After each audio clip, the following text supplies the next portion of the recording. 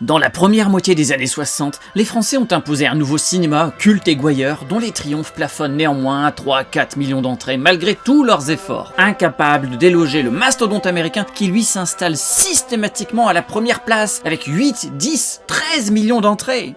Histoire de bien nous rappeler qui est le roi en France. Le reste du détachement devra nous suivre. Pour inverser cette tendance infernale, personne ne miserait sur un acteur comique cinquantenaire, vu dans des seconds rôles voire des troisièmes, ou des pubs depuis 10 ou 15 ans. Personne ne voit venir les 8 millions d'entrées du gendarme de Saint-Tropez en 64. Qu'est-ce que ça veut dire? Garde à vous. Garde à vous.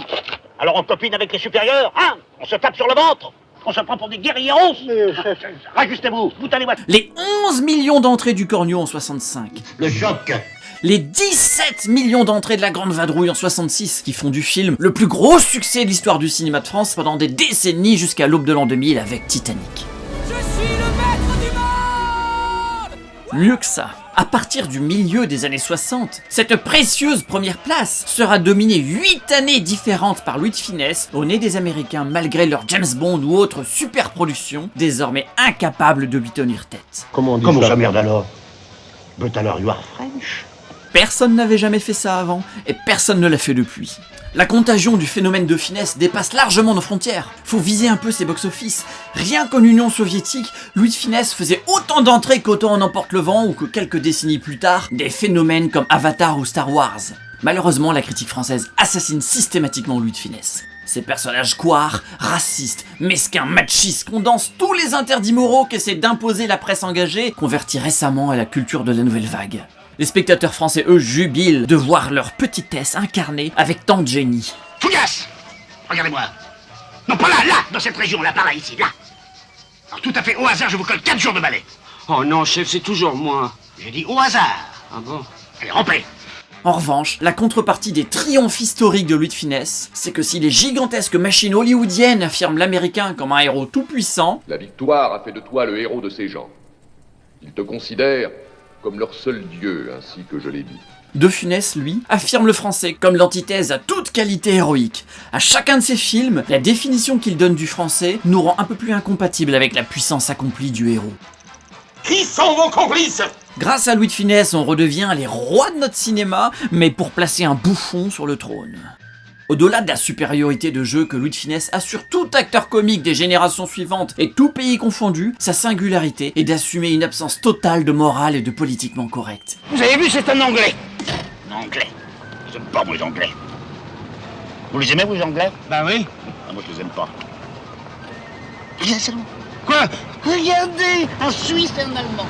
Et alors? Un Suisse et un Allemand, on n'est plus en France ici. Il peut être méchant, égoïste, misogyne, implacable, antisémite, raciste, mais toujours légitime. Et comme Delon, il ne s'excuse jamais. Belge. Pourquoi, les Belges non plus, vous les aimez pas? Ils nous polluent, les Belges. T'as regardé son pont, tu t'en pont belge. Il explore le cinéma sans balise morale. Il est la victoire de l'art sur le bien ou sur le juste. Et au final, on le respecte, car il s'assume, montrant le ridicule des moralistes, des humanistes, des Français, des Anglais, des Italiens, des Américains, des progressistes ou des nobles en tout genre. Il est la claque moqueuse que mérite de se voir infliger tout homme, toute cause, tout groupe, mais il affirme en même temps la légitimité auquel tout homme peut prétendre, quelle que soit sa mesquinerie. Rien que pour la hauteur qu'il prend à désigner notre petitesse, il mérite sa place sur le trône. Vous avez vu, Salomon, ils ont des voitures maintenant. Ils ont des Rolls blanches, les noirs. Racistes. Moi, raciste. Enfin, Dieu merci, Antoinette épouse un Français bien blanc. Bien blanc. Vous êtes juif? De Funès irrite les moralistes qui jamais ne lui reconnaîtront le génie qu'ils accordent à Jerry Lewis ou à Charlie Chaplin, qui était le vagabond engagé des quartiers pauvres. Au milieu de ces années 60, Truffaut résume tout ce snobisme anti-De Funès en écrivant dans une critique que le succès de La Grande Vadrouille rend difficile l'appréciation du film. Tout le mal français en une phrase. En bon intellectuel de son époque, Truffaut a un problème avec le succès et une aisance déconcertante à cumuler les échecs. Plus largement, cette dépréciation systématique de la part de nos élites contre ceux qui devraient être reconnus comme fierté nationale mine le regard qu'ont les Français sur leur victoire. À leur tour, Delon et Belmondo sont systématiquement pris pour cible par ce nouveau monde intellectuel parisien de la presse et du commentaire. Ce qui a une incidence directe sur la pérennité de leur carrière, sur ce qu'ils incarnent et donc sur ce cinéma français dont ils sont les principaux moteurs. En Italie, en revanche, où Delon ne subit pas ces attaques de la presse, ses chefs-d'œuvre dominent les films américains sur les box-office italiens. Et il cumule là des 10-12 millions d'entrées. Son succès est en Italie absolu, quand en France il est restreint par une part de la critique qui vient toujours lui taper dessus dès qu'il émerge et dès qu'il est en passe de dominer le cinéma français.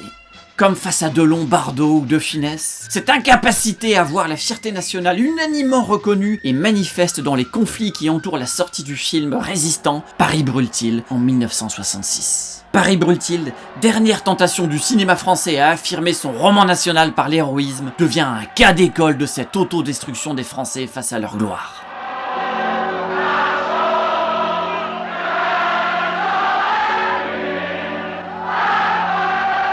Pour soutenir cette chaîne, pensez à vous abonner et à cliquer sur la cloche. Un compte Tipeee existe aussi afin de financer des pubs destinées à promouvoir cette vidéo sur les réseaux sociaux. Le lien en dessous de la vidéo.